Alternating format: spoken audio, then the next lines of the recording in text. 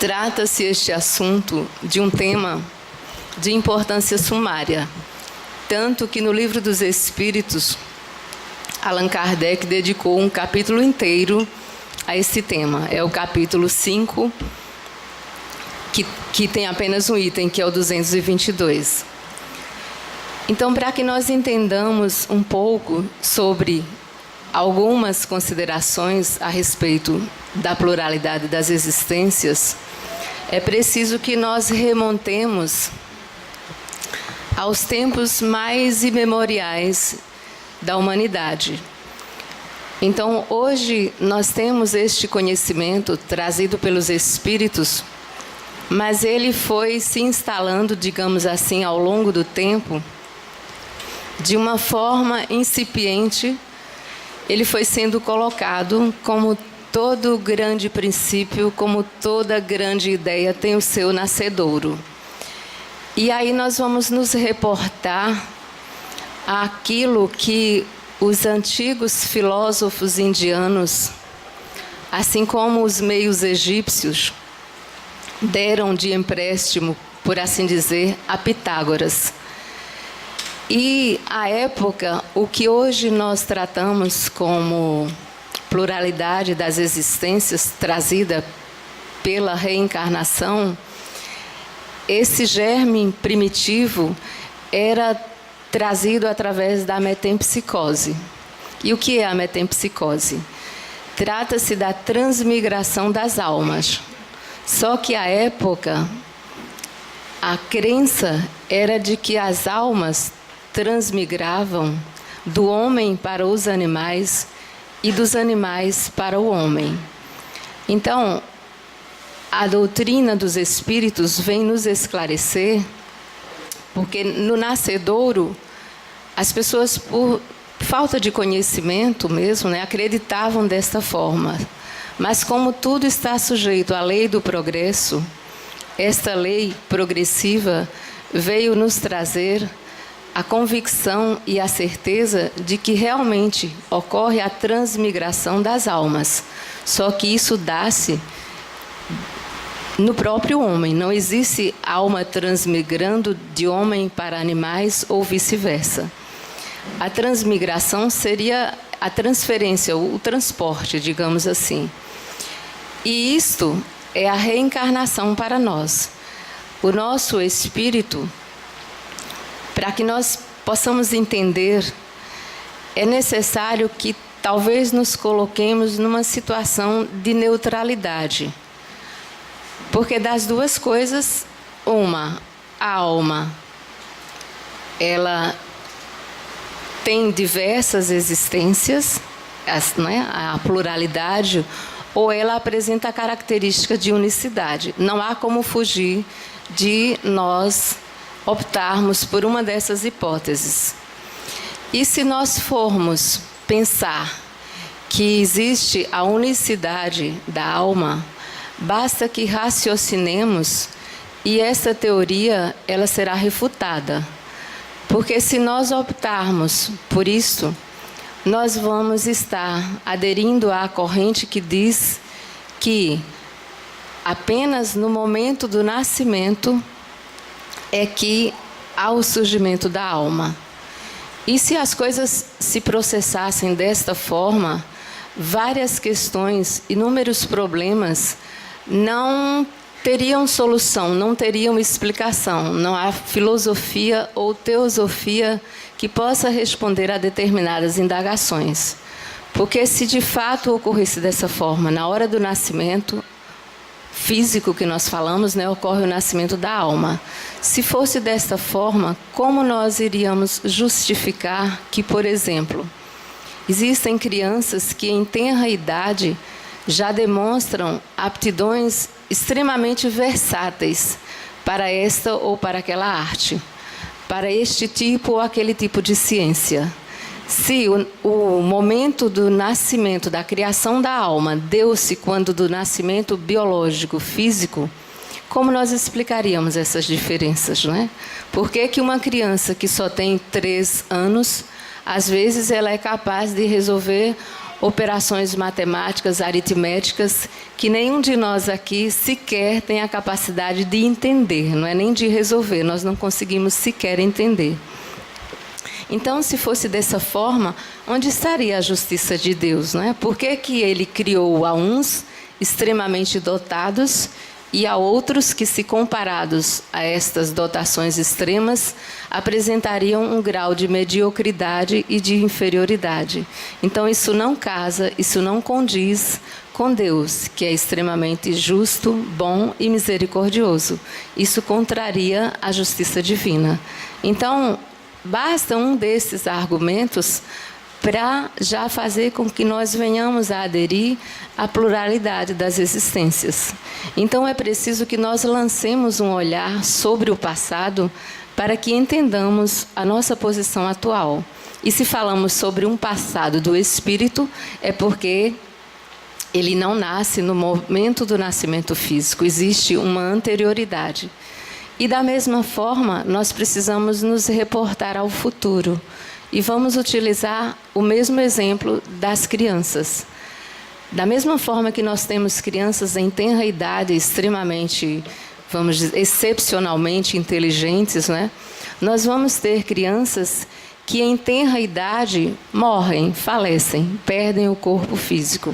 Então, a estes espíritos, se nós fôssemos considerar, né, nascidos e vivendo uma só existência, o que diríamos com relação ao futuro desses espíritos, né?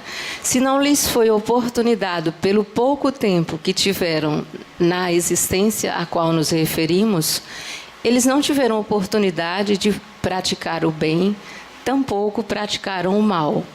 Então, com relação aos gozos futuros, às penas futuras, né, na doutrina de céu, de inferno, qual seria a destinação desses espíritos? Não fizeram o bem, não fizeram o mal.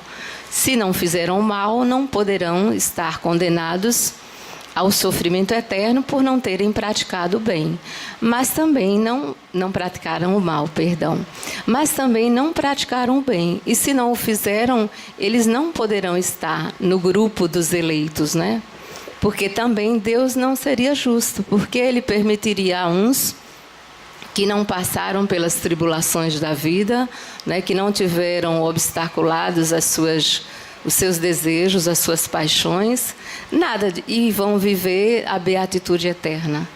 Então, a reencarnação, como é nos colocada pelos Espíritos, ela é extremamente simples, é raciocinada, ela é, digamos assim, é lógica, ela traduz a justiça divina, ela é baseada na imortalidade da alma, porque Deus nos criou a todos, simples e ignorantes, então somos todos iguais no ponto de origem, assim como na destinação, no final. Deus nos criou a todos, simples e ignorantes com relação ao conhecimento, e as existências que nos são permitidas, né, é exatamente para que nós possamos nos encher de conteúdos. Nós nascemos como um arquivo vazio, né? Não podemos explicar tantas coisas porque não temos a condição mesmo de entender, mas da mesma forma que fomos criados assim, estamos fadados também pela vontade de Deus à perfeição. Então chegaremos todos ao mesmo ponto final, uns mais e outros menos. Então Deus não criou homens diferentes. Nós é que, de acordo com as existências sucessivas, vamos nos diferenciando no sentido de que chegaremos ao fim para o qual Ele nos criou, uns mais rápido, outros menos rápido. E as existências sucessivas funcionam para o nosso espírito, para a nossa alma, da mesma forma que a contagem cronológica dos anos funcionam para a vida do corpo. Então, há aqueles, né, que são, em tese, criados, né? Nascemos, crescemos, né? Reproduzimos. Essa é a regra, sabemos que temos as exceções. Mas se somos feitos todos desta forma, assim viveremos, quer acreditemos, quer não acreditemos na pluralidade das existências, ela existe, nós as vivenciaremos. E o que nos diferencia, o que faz com que caia por terra essas desigualdades aparentes, é exatamente o quanto cada um de nós já viveu, o quanto cada um de nós está distante do início. Quanto mais distantes estivermos da nossa origem, mais crescidos espiritualmente estaremos. Então, a nossa destinação, pela infinita bondade e misericórdia de Deus, é a perfeição. E nós só a atingiremos através da pluralidade das existências. Então, devemos agradecer a Deus, a oportunidade bendita. Se fizemos mal, temos a oportunidade de refazer a nossa trajetória de forma melhor, melhor e melhor. Vamos nos aprimorando até que estejamos perfeitos e não necessitemos mais estarmos neste plano reencarnando. E aí é um outro estágio, o qual nós aspiramos, sabemos que existe, mas ainda não vivenciamos, mas é só uma questão de tempo. Então, nós vamos agradecer a Deus, vamos fechar os nossos olhos, agradecendo por mais esta oportunidade de estarmos aqui, aprendendo, nos instruindo, nos amando em Cristo Jesus. E pedimos, Senhor, que a noite de hoje possa nos trazer ensinamentos, os quais possam contribuir para a nossa maturidade espiritual, a fim de que saiamos deste estado de crianças espirituais e atinjamos a madureza. Assim, neste clima de amor, de harmonia e ansiosos pelo conhecimento, nós passamos a palavra à nossa irmã Carla para que profira a sua palestra da noite de hoje. Que assim seja.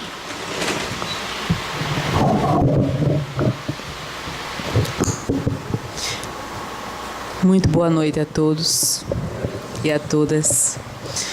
O tema de hoje é um tema que fala sobre o processo da educação das crianças e dos adolescentes. E eu estava refletindo aqui o quanto é difícil na atualidade você ser mãe e pai, considerando-se o fator da influência do meio social sobre esse processo educacional. O bombardeio de informações é muito grande junto às crianças, principalmente. É muito comum você ver um nível de agressividade exacerbada em decorrência dos jogos, dos videogames, dos filmes, que lhes são disponibilizados com muita facilidade na atualidade. Augusto Cury, numa palestra que eu tive a oportunidade de assistir lá no Colégio Santa Maria, aqui perto, ele falou que na atualidade está se assassinando a infância. E é verdade. Você não vê mais crianças brincando com brincadeiras que são inerentes à infância, como era na minha época. Você vê hoje crianças conectadas às redes sociais e elas não conseguem mais interagir com a família desde tenra idade. E isso é uma coisa gravíssima, porque, por natureza, nós somos destinados a uma convivência em sociedade. Jamais você pode substituir uma convivência virtual em decorrência da sua incompetência ou incapacidade de se relacionar pessoalmente com as pessoas. Então, é isso que está acontecendo com a nossa infância atual. Você não vê mais crianças jogando bola nas ruas, até porque o nível de violência é impossível elas terem esse tipo de infância. E cada vez mais estão confinadas a apartamentos que são apertamentos. Ou seja, apartamentos que não têm área. A mãe se ausenta por uma necessidade absoluta de trabalho profissional e muitas vezes ela é o arrimo de família. O pai se ausenta, o mesmo nem nunca existiu na estrutura emocional daquela criança. E essa criança fica entregue a uma babá quando a mãe tem condições financeiras para pagar. Quando não tem, fica confinada em locais de agrupamentos de outras crianças sem um atendimento individualizado. E aí, como você vai ensinar uma criança dessa a ser disciplinada diante da vida? E a palavra disciplina é uma palavra-chave para quem deseja progredir espiritualmente, intelectualmente, afetivamente. Ainda hoje eu falava sobre os bloqueios afetivos e emocionais que todos nós somos detentores. E isso se criou também em boa parte na nossa infância. Ora, nós somos herdeiros da nossa trajetória evolutiva. Nós reencarnamos na atual reencarnação com todas as mazelas e sequelas espirituais, fluídicas e perispirituais.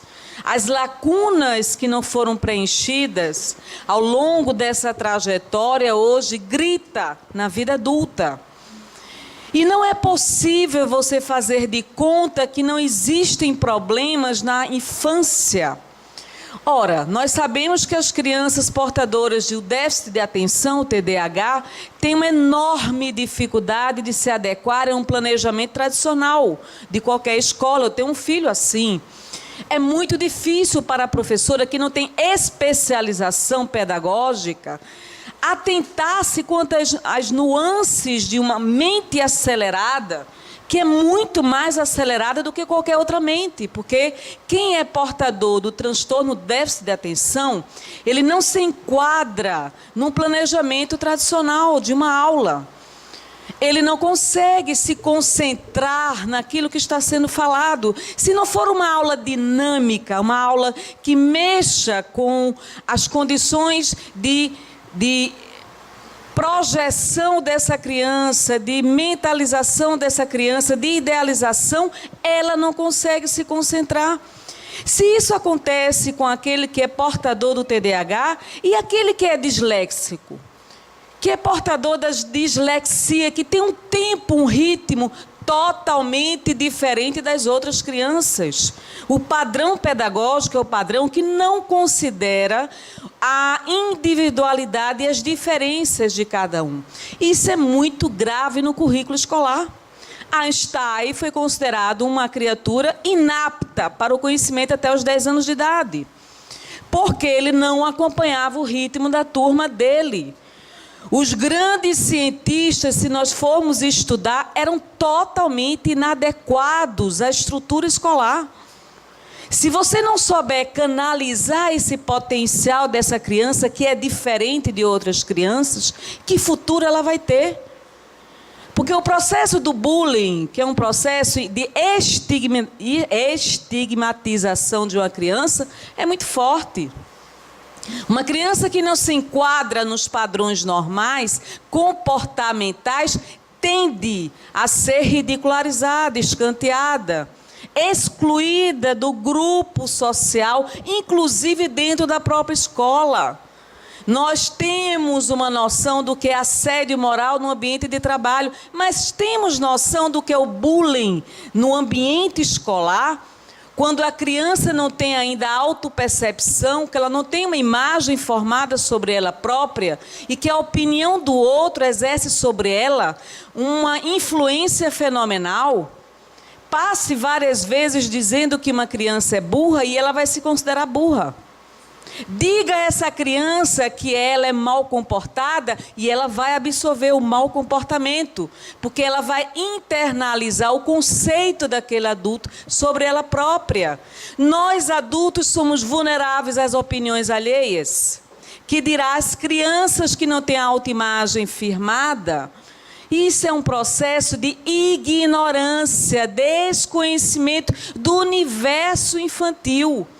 Existe um período na fase infantil que é normal a criança ter medo do escuro.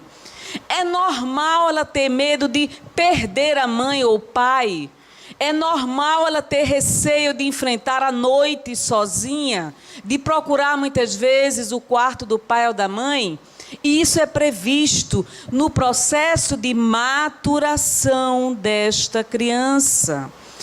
E aí nós começamos a refletir o quanto é difícil você imprimir no processo educacional a devida disciplina. Quem não é disciplinado mentalmente não chega a lugar nenhum. Não consegue ser perseverante em coisa alguma na sua vida. Porque para você ser disciplinado, você tem que ter bons hábitos incorporados à sua vida diária. E a disciplina nada mais é do que a repetição de bons hábitos. Diga a essa criança que ela não deve chamar palavrão. Repita isso quantas vezes se fizerem necessárias. Mas você, pai e mãe, tem que dar o exemplo de não chamar palavrão. Não adianta você ter um discurso desassociado da sua prática junto a esse filho. Ora, se você não deseja que esse filho se torne no futuro alguém que possa se perder nas drogas, você não pode ser usuário de drogas. Se você não deseja que ele se torne um fumante, você não pode fumar na presença dele, porque isso se tornará um hábito natural para ele. São tantas as nuances no processo educacional que nós muitas vezes nos perguntamos se nós estamos realmente educando os nossos filhos. Se estamos ensinando a eles o que significa amar ao próximo como a si mesmos. Imaginemos numa festa de criança, onde vai se cantar o parabéns, e você, como mãe, é a primeira a estimular essa criança a pegar o maior número de brigadeiros que está sobre a mesa. Você desconhece que existem outras crianças que precisam ali também pegar aquele brigadeiro. Ou seja, quanto mais você estimular o processo do egoísmo nessa criança, mais ela se tornará egoísta. Se você não deseja que no futuro ela lhe abandone na qualidade de mãe ou pai, não seja você a abandonar o seu pai e a mãe perante ela. Porque ela vai internalizar isso como algo natural. Se minha mãe fez, eu também farei com ela. Ora, nós estamos o tempo todo dando exemplos para as nossas crianças. Não existe nada mais triste do que uma criança vir a dizer: minha mãe não me abraça. Meu pai não me abraça. Eu não recebo um elogio da minha mãe, eu não recebo um elogio do meu pai. Essa criança vai carregar por toda a vida essa lembrança. Eu me lembro que uma certa feita, na consulta, alguém me dizia: eu não suporto quando o meu filho deita na minha cama. Eu tenho uma certa ojeriza por ele. Por mais que ela lutasse, ela não conseguia vencer esse sentimento de antagonismo contra aquela criança. Isso é fácil lidar? Claro que não. Nem sempre os elos consanguíneos correspondem à parentela espiritual. Muitas vezes você é o pai e a mãe, mas você não tem afinidade nenhuma com esse filho ou com essa filha. Ou o mesmo filho não tem afinidade com a mãe e tem com o pai e vice-versa. Ora, construir uma relação é tijolo após tijolo. Você tem paciência para uma construção verdadeira de um relacionamento duradouro? Ou será que a sua concepção de relacionamento é uma concepção transitória?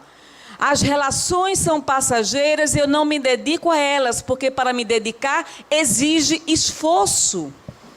Para me dedicar a essa relação exige doação. E eu não estou disposto ou disposta a doar-me. Uma mãe que sai para as noitadas, costumeiramente deixando seus filhos entregues, eles sentem. Claro que sentem.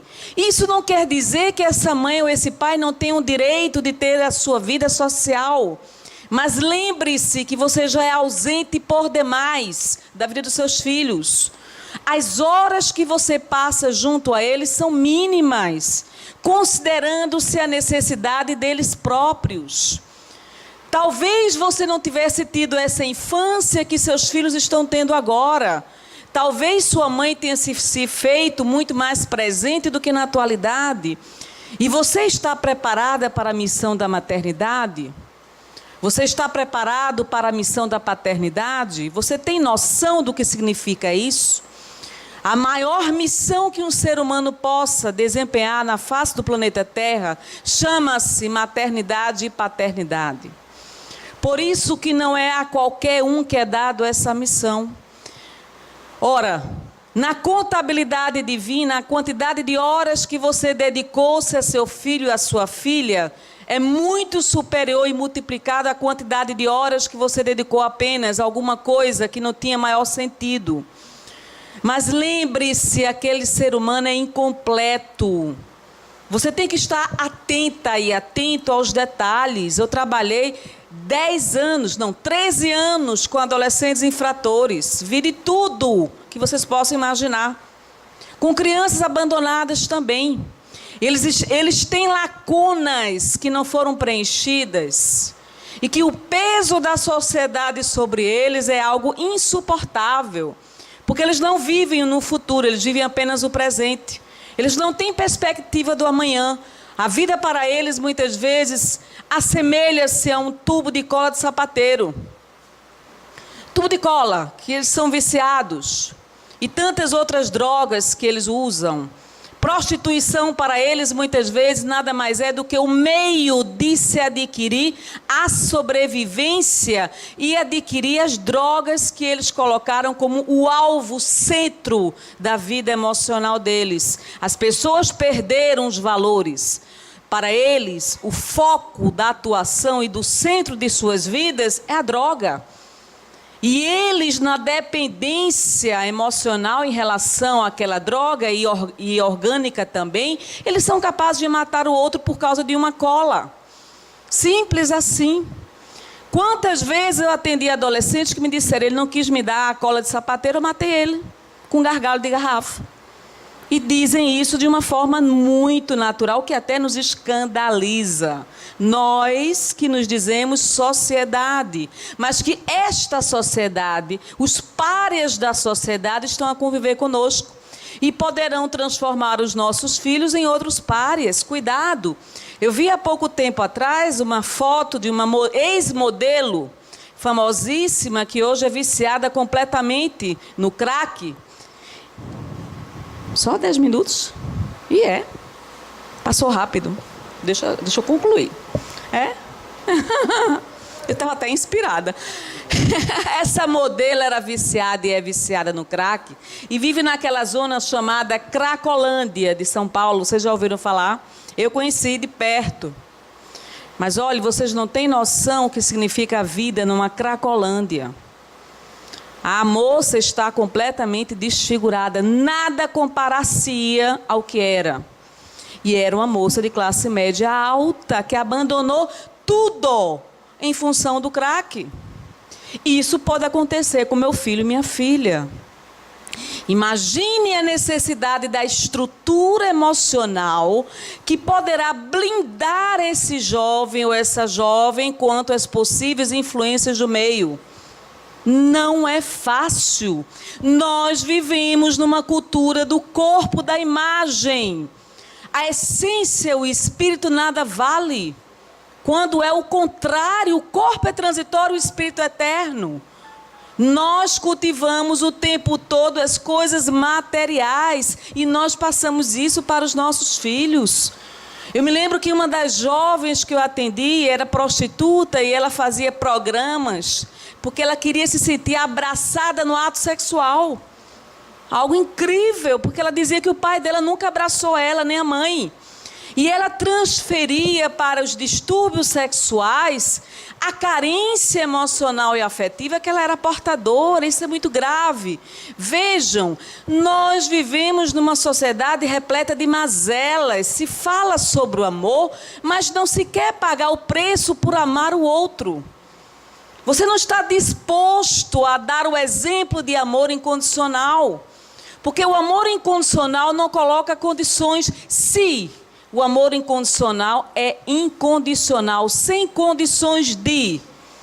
Você não limita a sua dedicação ao outro pela troca que você possa ser beneficiado. Você simplesmente ama.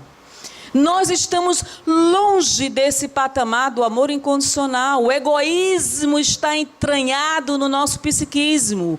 E nós passamos isso para os nossos filhos. Não há uma regra matemática de como educar. Mas não pode haver um processo de educação desassociado do ser humano. Aquela criança, antes de receber jogos de videogames, antes de estar conectada aos tablets e computadores, ela quer sua atenção.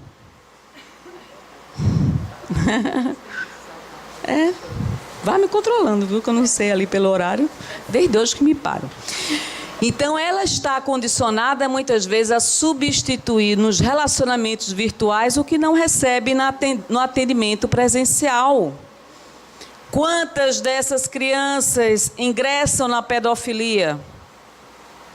Quantos desses jovens tornam-se vítimas da pedofilia também?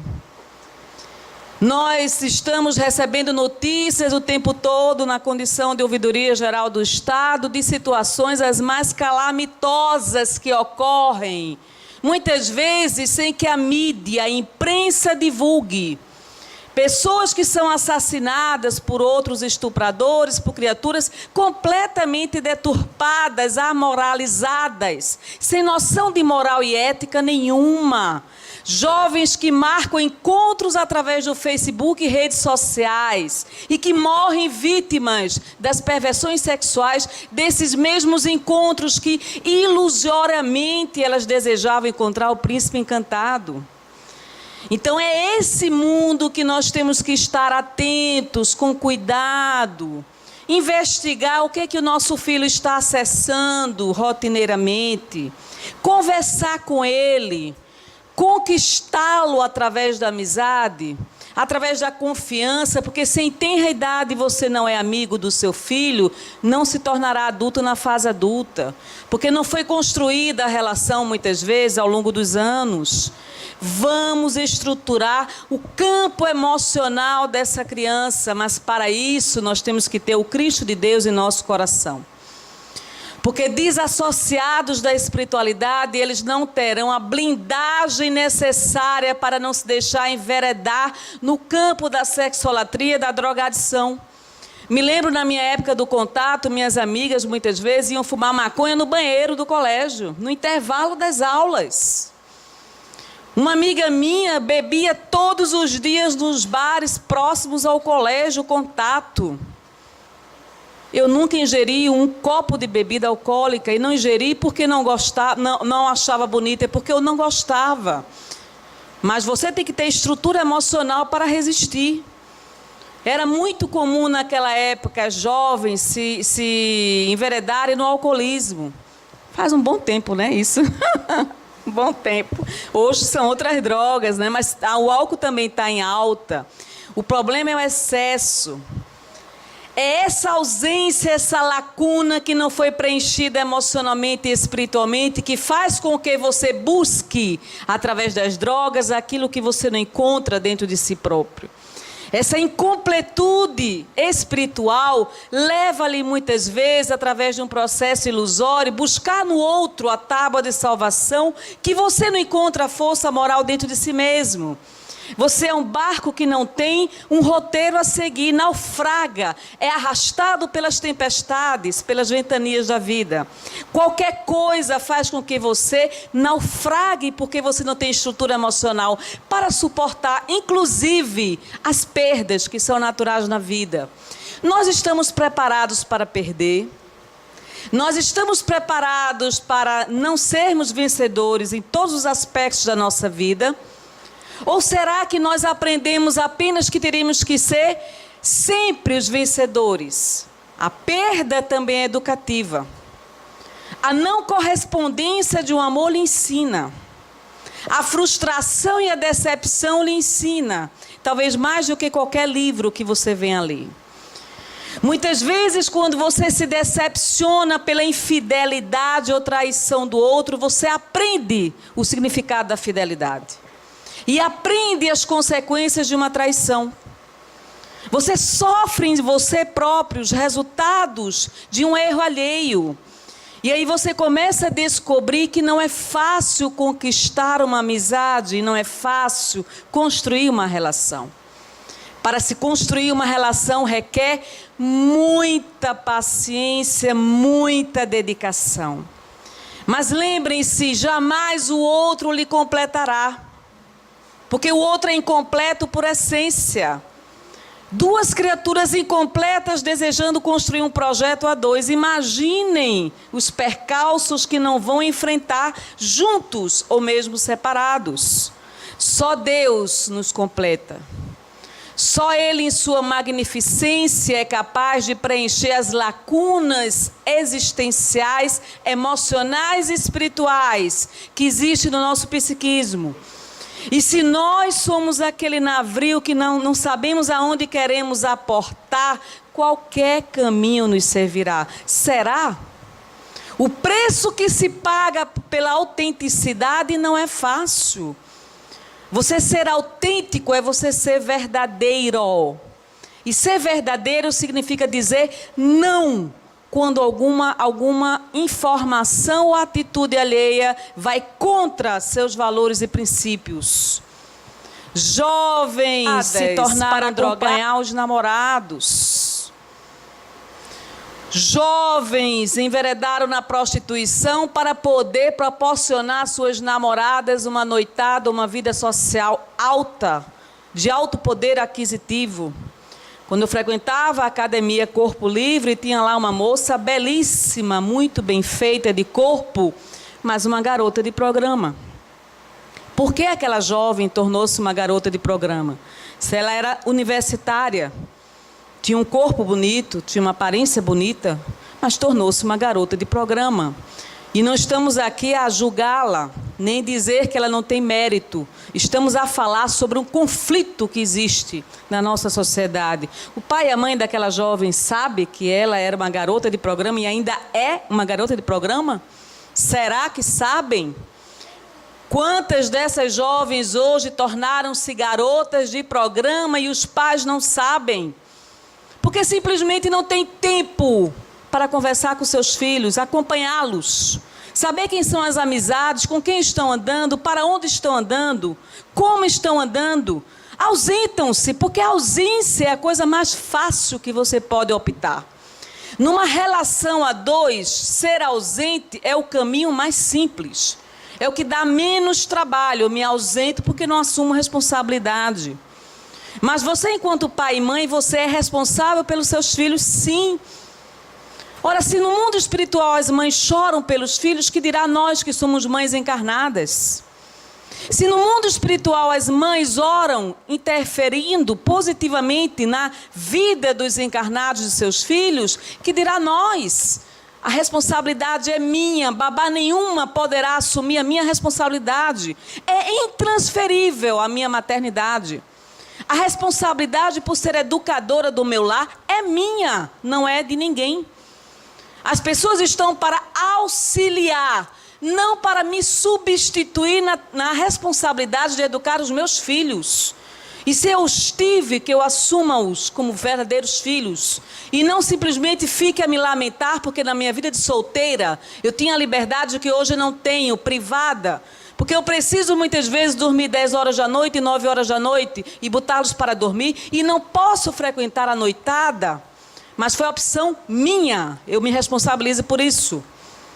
E se eu não aprendo a amá-los incondicionalmente, a quem eu vou amar incondicionalmente? Se eu sou incapaz como mãe de amar um filho incondicionalmente. O amor materno é o amor mais sublime que uma mulher possa sentir. No amor materno, você é capaz de tirar sua roupa, dar a sua comida para um filho. Você chora quando seu filho chora. Você passa noites acordada quando seu filho está doente.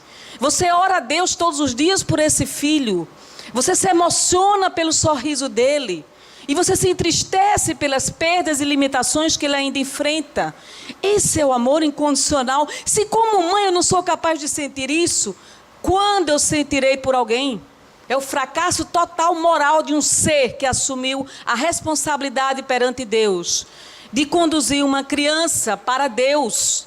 Vejam que responsabilidade. Eu assumi o compromisso com Deus de conduzir o meu filho para Ele. E eu simplesmente me esqueço dessa responsabilidade. Me esqueço que eu assumi esse compromisso, porque me é pesaroso. É mais fácil que eu complemente, que eu substitua essa lacuna através de presentes materiais. O meu filho precisa de mim e ninguém vai me substituir. Vamos amar os nossos filhos enquanto é tempo, porque poderá ser que amanhã não haja mais tempo. Poderá ser que amanhã eu não tenha mais ele na minha convivência. E eu guardarei uma lamentação, um remorso, uma saudade que não terá remédio que cure a minha ausência como mãe ou pai. Quando eu tive a oportunidade de amar, eu não amei. Quando eu tive a oportunidade de abraçar, eu não abracei. Quando eu tive a oportunidade de dizer, você é meu filho, meu tesouro, o ser humano mais importante que Deus me deu, eu não disse. E aí fica o remorso pelo não dito, pelo que não foi feito, em tempo hábil.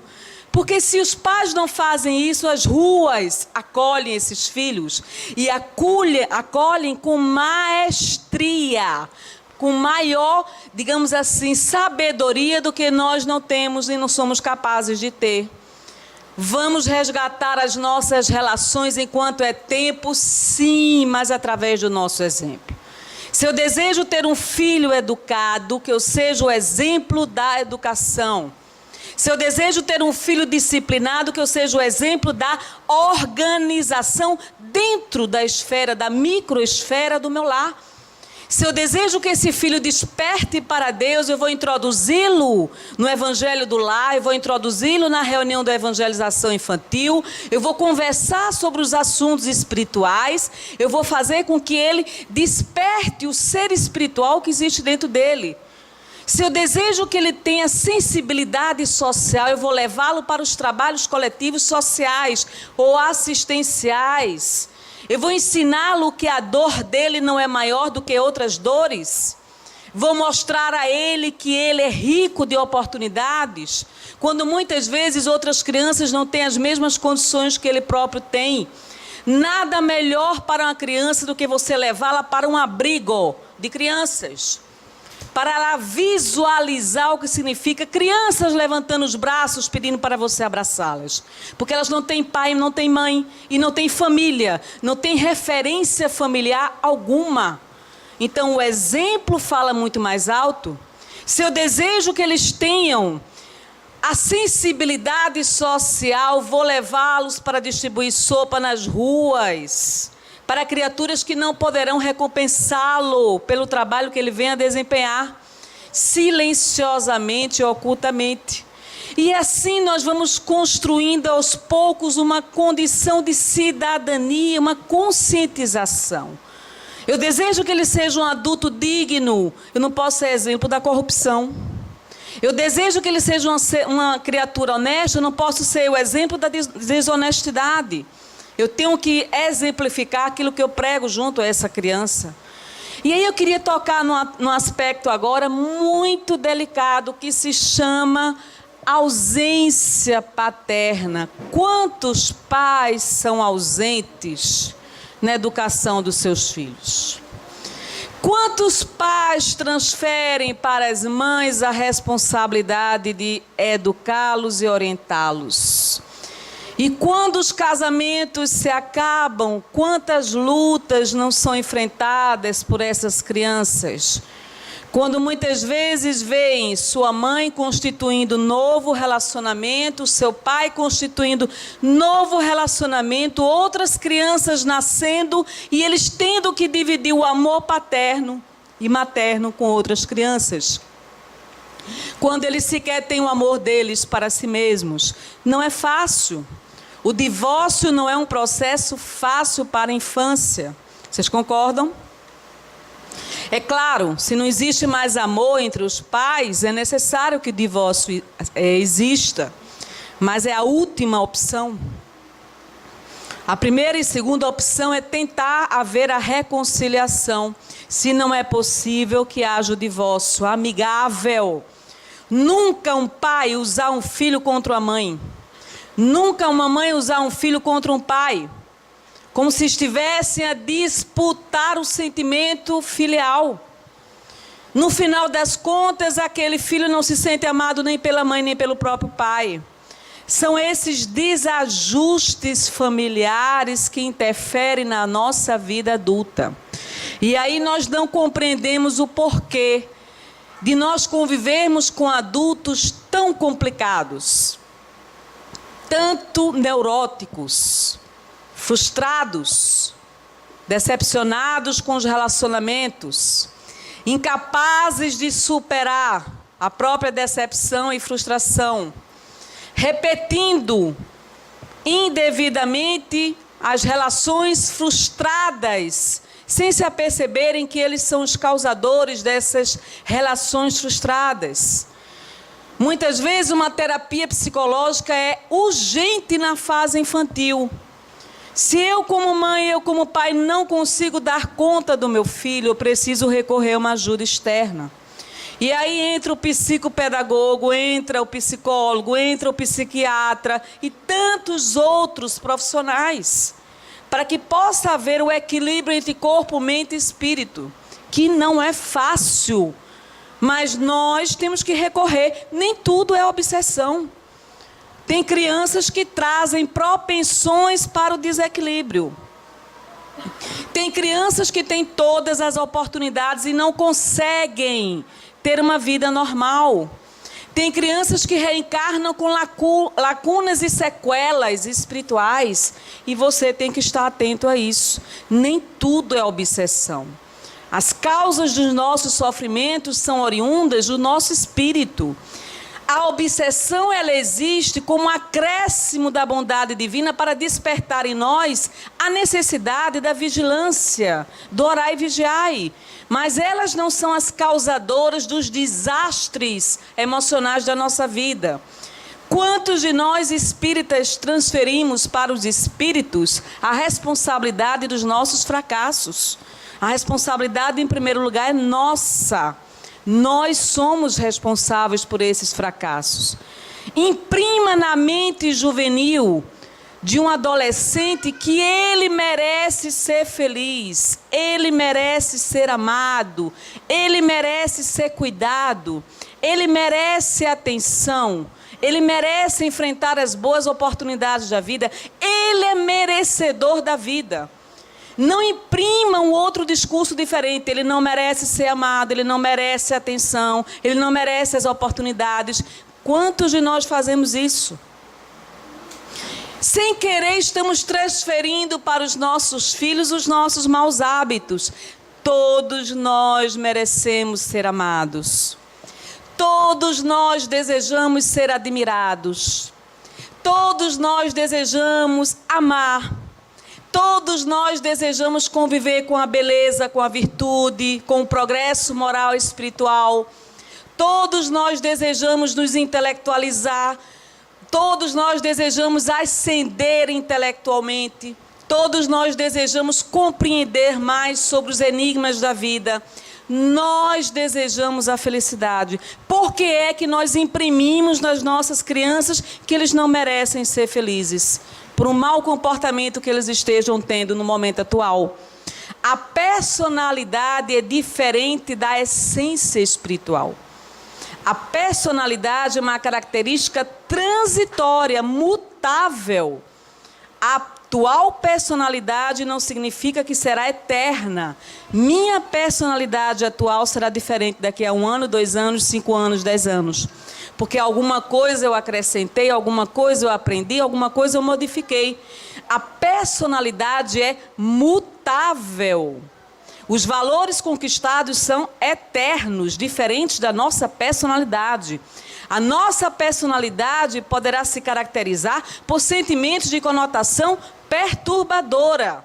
Esses sentimentos de conotação perturbadora são transitórios, uma vez que você consiga tratá-los em tempo hábil. Se eu tenho um complexo de inferioridade internalizado no meu psiquismo, eu posso me libertar desse complexo de inferioridade, trabalhando a minha autoestima. Se eu tenho um mau hábito da desonestidade, eu poderei no futuro me tornar alguém honesto. A desonestidade é transitória, a honestidade é eterna. Uma vez conquistada, você não a perde. Então, nessa perspectiva da personalidade transitória, você deverá trabalhar as possibilidades do outro. Como é que eu posso trabalhar as possibilidades do outro se eu não enxergo as minhas possibilidades? Não é? Como é que eu posso estimular o outro na esperança da ascensão e aquisição evolutiva se eu não enxergo em mim que eu sou um ser com possibilidades e potencialidades? Os limites, as grades existenciais, emocionais, eu construí. Se eu construir meus limites, cabe a mim derrubá-los, quebrar os paradigmas e além das limitações, ou seja, uma ave quanto mais poderosa e forte, maior o voo que ela dá. Se eu desejo ser essa ave que é extremamente forte, que ela consegue alçar um voo muito mais amplo do que um passarinho comum, eu tenho que estruturar o meu lado emocional para que o mundo externo não exerça sobre mim uma influência indevida. Não é que eu vá me tornar neutro à influência externa, apenas eu tenho uma autoimagem consolidada e construída que me leva a exercer uma blindagem sobre essa interferência do meio, para que a interferência do meio não me atinja com tanta facilidade, tornando-me vulnerável ao mundo externo. É essa concepção que a gente tem que trabalhar com os nossos filhos. Imprimir boas ideias. Hoje, lá na vivência da acupuntura, eu achei muito interessante que apareceu um índio que já me apareceu várias vezes. Pegou nas minhas mãos, tinha lá a fogueira em desdobramento, pegou as minhas mãos e disse assim: repita comigo, você é forte. Repetiu 4 ou 5 vezes essa frase. E eu dizendo, eu sou forte. Eu sou forte. Aí no final ele disse, repita comigo, você é guerreira. E eu disse, eu sou guerreira. E aí aparece a geisha Sakati, que é a japonesa, nossa amiga, né? De muitos anos atrás. Uma geisha, completamente vestida como geisha, uma japonesa. E ela se apresentou a mim e disse assim, parabéns pela verdade. Pela capacidade de você ser verdadeira.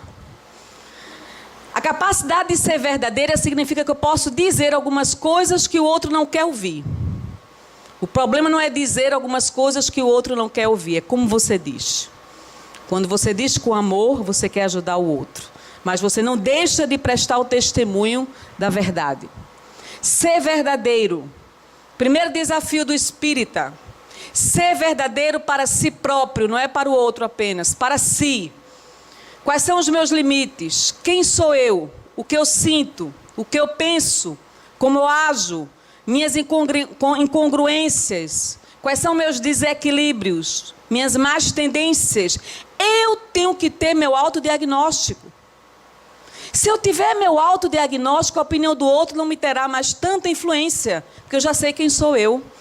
Eu sei qual é o meu calcanhar de Aquiles, meus pontos vulneráveis, minhas limitações, minhas deficiências. E aí a geisha Sakati pegou nas minhas mãos, sorrindo e disse, parabéns. Aí foi quando eu disse para ela, mas nem sempre as pessoas estão preparadas para ouvir a verdade. E aí ela me respondeu com muita sabedoria, o problema não é seu, o problema é delas. Seja você verdadeira.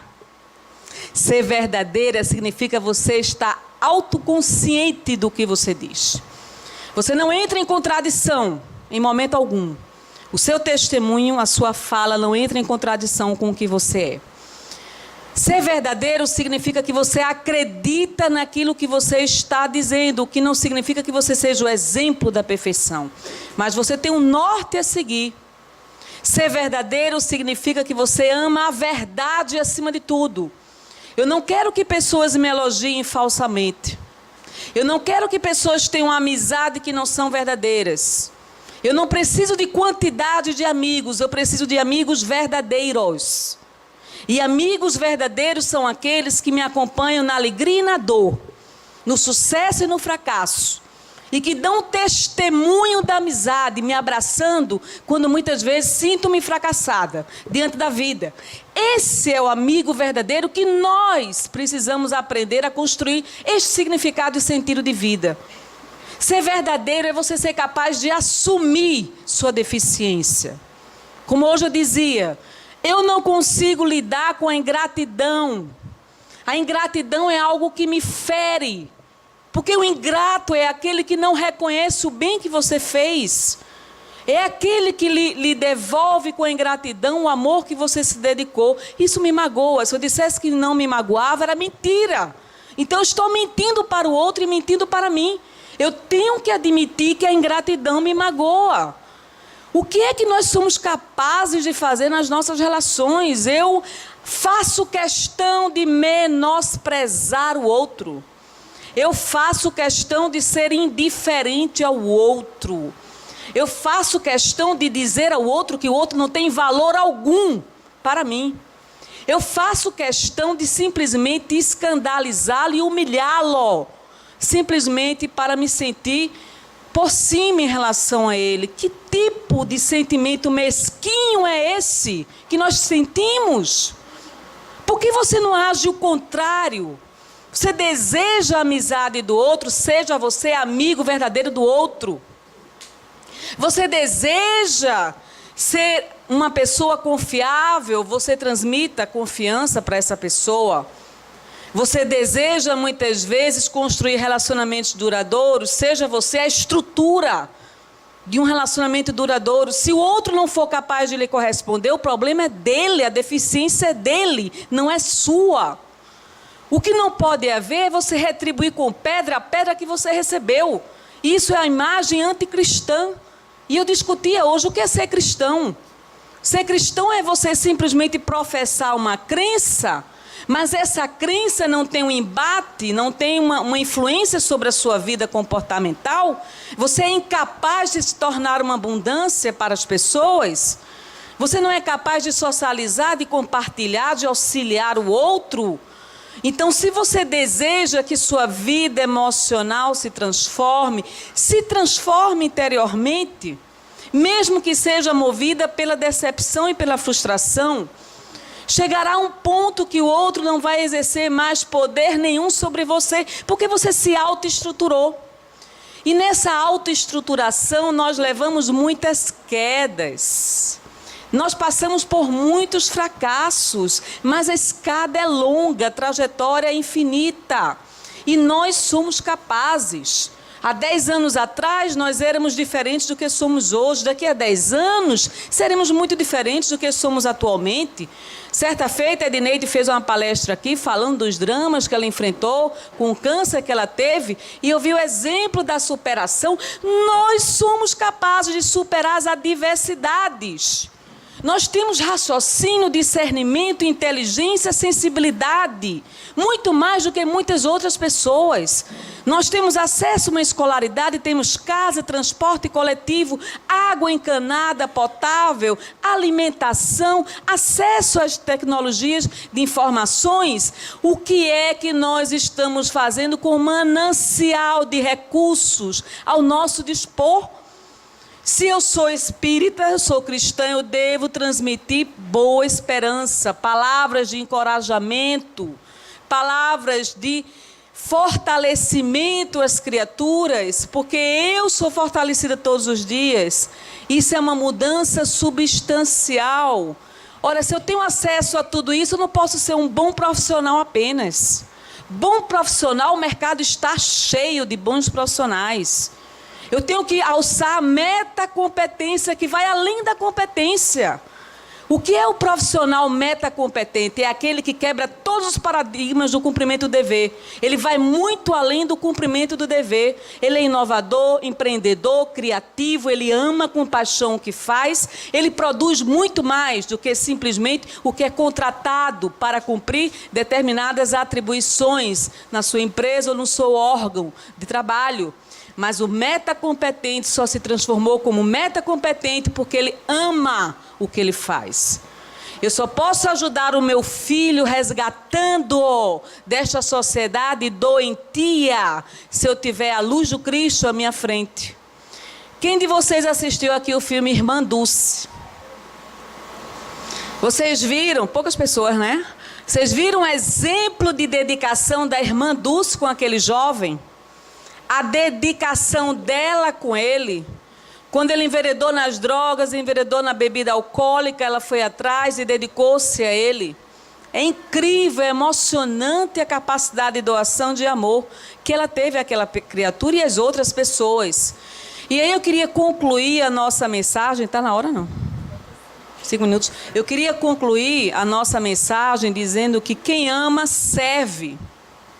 Quem ama, cuida. Quem ama, dedica-se. Quem ama, compreende. Quem ama, tolera.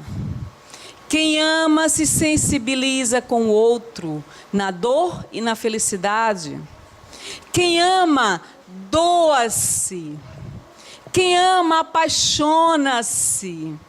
Quem ama, vai além da convivência rotineira diária. Quem ama, transcende na própria essência do amor. Porque o amor é capaz disso.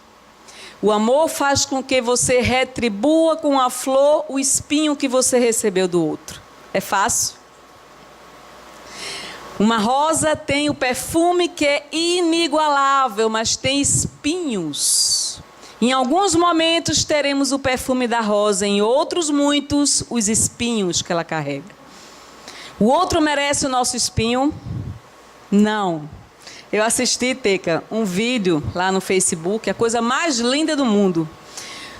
Um dono abraçado com um cachorro e o cachorro fazendo um cafuné no dono. A coisa mais linda. Ele estava abraçado com as patas e ele lambia a careca do dono. E ali lambia, e lambia, e lambia.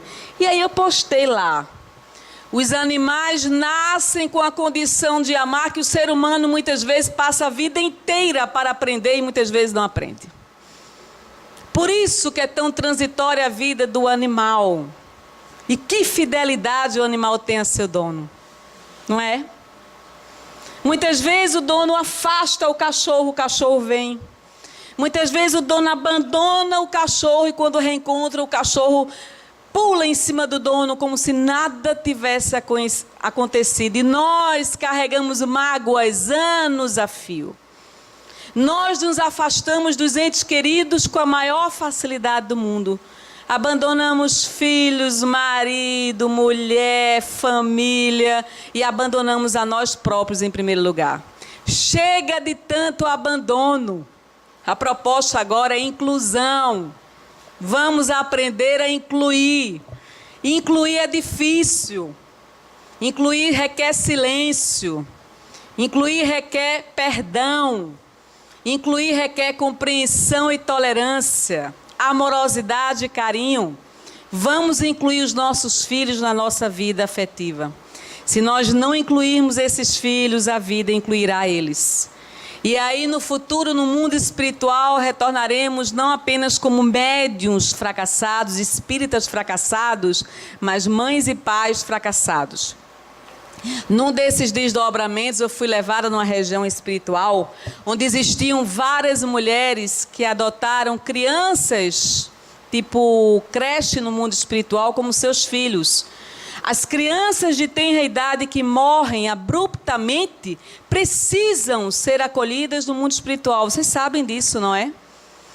Existem hospitais, existem institutos educacionais que se especializam pelo abrigo dessas crianças. O bônus hora de uma mulher dessa no mundo espiritual é contabilizado muito a mais do que qualquer outro tipo de tarefa que ela pudesse realizar. E nós visitamos várias alas desses institutos, incrível!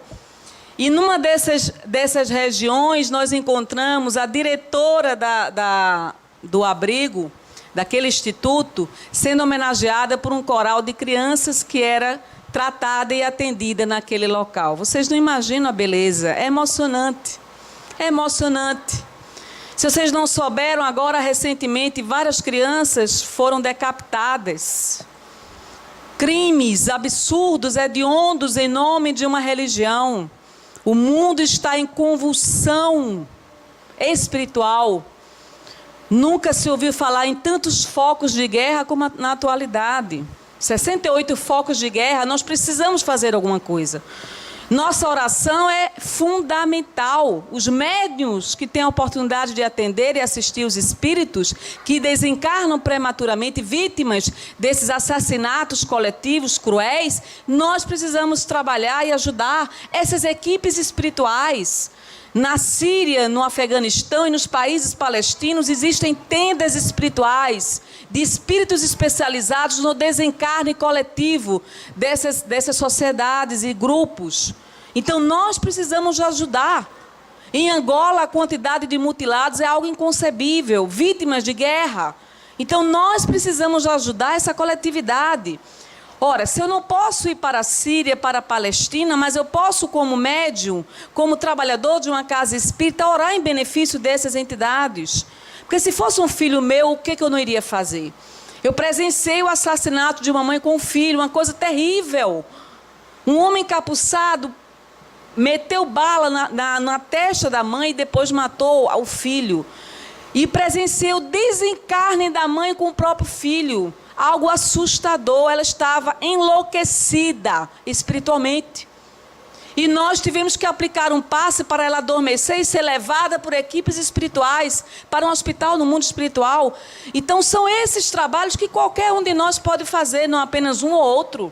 Nós podemos fazer, mas se especializem como médiums, se especializem na mediunidade, entreguem-se na mediunidade para as equipes espirituais, confiem na assistência espiritual, estudem cada vez mais, aprimorem-se no canal mediúnico para a devida sintonia com a espiritualidade. Lembrem-se que como médios vocês serão concitados a trabalhar e a colaborar em qualquer momento de suas vidas. Poderá ser numa praia, poderá ser num agrupamento, em qualquer outro local.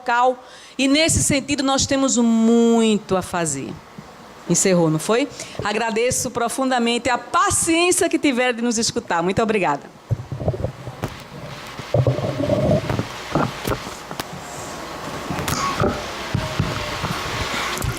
Caríssimos irmãos, vamos envidar esforços, para incluir no nosso repertório emocional os ensinamentos transmitidos pela nossa querida irmã Carla Júlia.